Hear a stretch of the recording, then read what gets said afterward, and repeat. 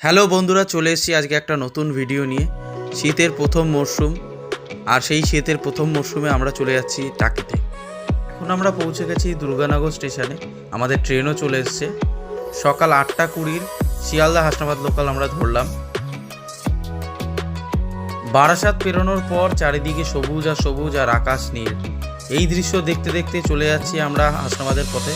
আমরা যদিও হাসনাবাদ নামবো আমরা টাকি রোডে। ট্রেন মাত্র 10-15 মিনিট লেট ছিল। তারপরে আমরা 10:13 সঠিক টাইম ছিল, সেইখান দিয়ে আমরা মাত্র 15 মিনিট লেটে 10:30 নাগাদ আমরা পৌঁছে গেছি টাকি স্টেশনে।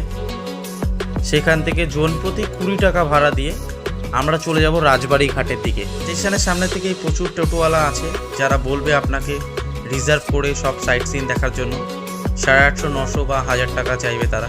আমার মতে তাদের কাছে না গিয়ে ডাইরেক্ট চলে যাওয়া উচিত রাজবাড়ি ঘাটের দিকে। তারপর ওখান দিয়ে আপনার মন পছন্দ একটা টোটো পছন্দ করে সেখান দিয়ে রিজার্ভ করে তারপরে আমার মতে যাওয়া ভালো। এখন আমরা পৌঁছে গেছি টাকি রাজবাড়ি ঘাটে। এখন আমরা নৌকা ভ্রমণে যাব না, যেহেতু এখন ভাটা চলছে, আর ভাটার সময় আমার মতে কারোরই নৌকা ভ্রমণটা করা উচিত না।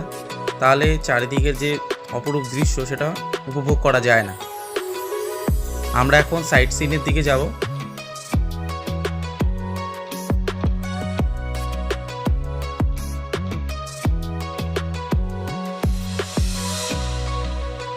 দেখতেই পাচ্ছেন সামনে ইছামতি নদী, কি অপরূপ তার দৃশ্য।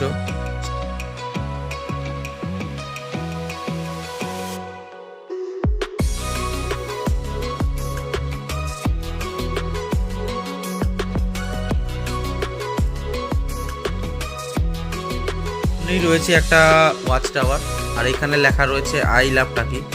এর সামনে দাঁড়িয়ে প্রচুর পর্যটকেরা দাঁড়িয়ে প্রচুর ছবি তোলে, আমরাও তুললাম।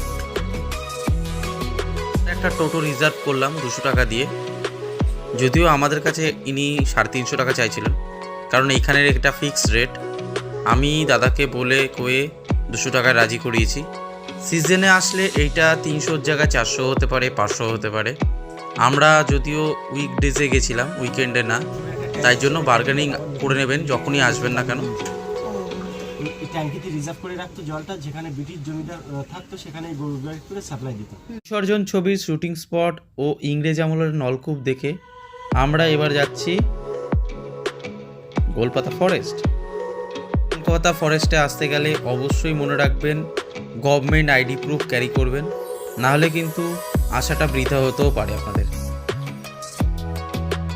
এই আর্মি চেকপোস্টে আমরা আমাদের অরিজিনাল কপি আধার কার্ডের সেটা জমা রাখলাম। জমা রেখে আমরা হেঁটে হেঁটে চলে গেলাম গোলপাতা ফরেস্টের দিকে। এখানে আমরা হেঁটে হেঁটে গেলাম, এখানে ভ্যানে করেও যায়। মাত্র 700 মিটার ডিস্টেন্স চেকপোস্ট থেকে গোলপাতা ফরেস্টের আপনার টিকিট কাউন্টার। এখানে 10 টাকা করে ভাড়া নেবে। আর গোলপাতা ফরেস্টে ঢোকার এন্ট্রি ফিস হচ্ছে মাত্র 10 টাকা। সেটাকে আপনাকে টিকিট কেটে তারপর ঢুকতে হবে। এই রাস্তা দিয়ে ম্যানগ্রোভ অরণ্য ক্রস করতে করতে চলে আসলাম আমরা গোলপাতা ফরেস্টের ভেতরের দিকে, যেখানে দুদিকে দুটো রাস্তা যায়। একটা বাংলাদেশ বর্ডারের দিকে, আর একটা যায় গোলপাতা ওয়াচ টাওয়ারের দিকে। ফার্স্টে আমরা গেলাম বাংলাদেশ বর্ডারের দিকে।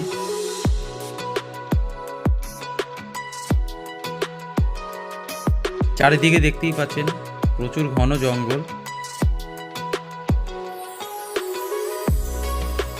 আর এই জঙ্গলের মাঝখানের পথ থেকে এগিয়ে যাচ্ছি আমরা বাংলাদেশ বর্ডারের দিকে।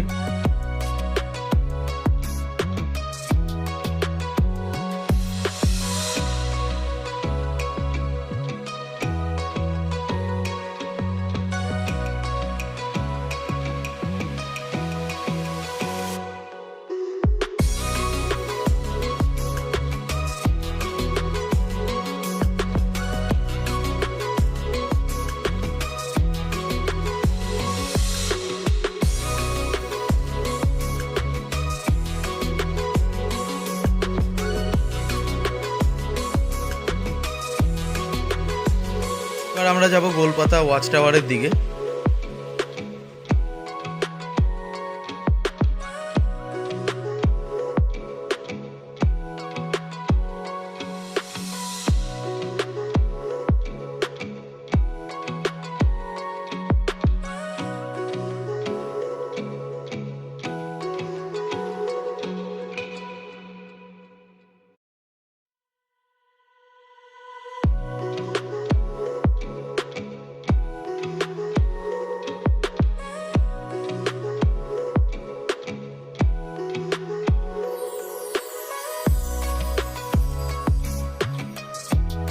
চারদিকের ভিউটা জাস্ট দেখুন, জাস্ট অসাধারণ।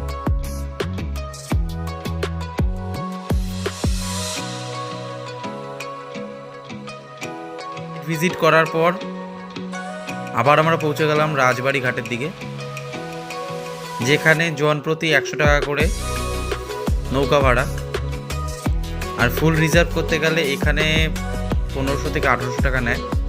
শেয়ারেবেলে যাওয়াটাই আমার মতে সবথেকে ভালো।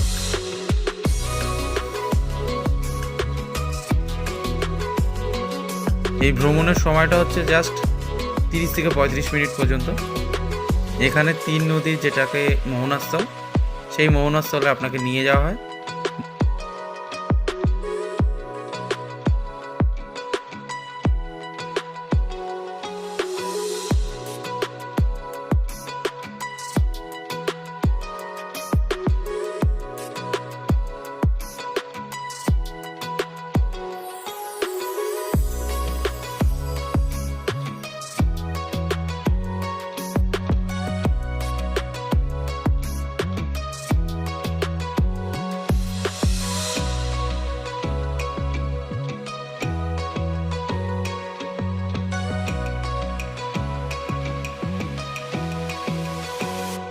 দিনের জন্য টাকি ভ্রমণ আমাদের কাছে দারুণ একটা এক্সপিরিয়েন্স।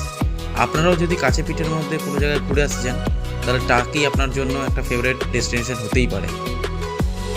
আজকের মতন ভিডিওটা এখানেই শেষ করলাম।